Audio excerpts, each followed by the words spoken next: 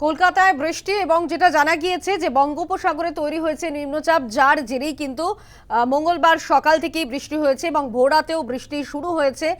কি বলছে আলিপুর আবহাওয়া দফতর, যে বৃষ্টি কি এই নিম্নচাপের জেরেই কি বৃষ্টি? কলকাতা সহ দক্ষিণবঙ্গে বৃষ্টির শুরু। আমরা কথা বলবো, আমাদের সঙ্গে টেলিফোন লাইনে রয়েছেন আমাদের প্রতিনিধি প্রিয়াঙ্কা ইজ ভৌমিক। প্রিয়াঙ্কা, কি জানাচ্ছে আলিপুর আবহাওয়া দফতর?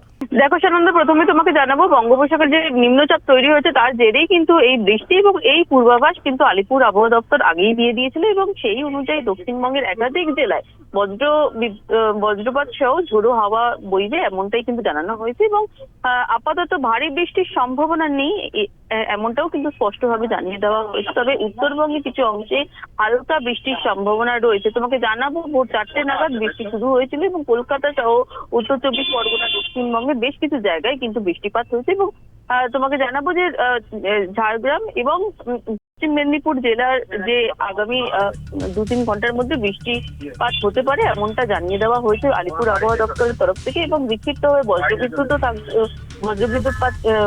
বজ্রপাতেরও সম্ভাবনা রয়েছে এমনটা জানানো হয়েছে।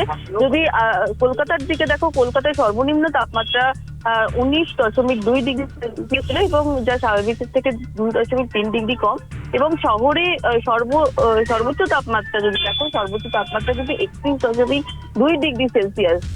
তোমাকে জানাবো যে আগামী কয়েকদিন কিন্তু তাপমাত্রার খুব বেশি হেরফের হবে না, তবে বৃষ্টিপাতের সম্ভাবনা থাকবে এমনটা কিন্তু জানানো হয়েছে।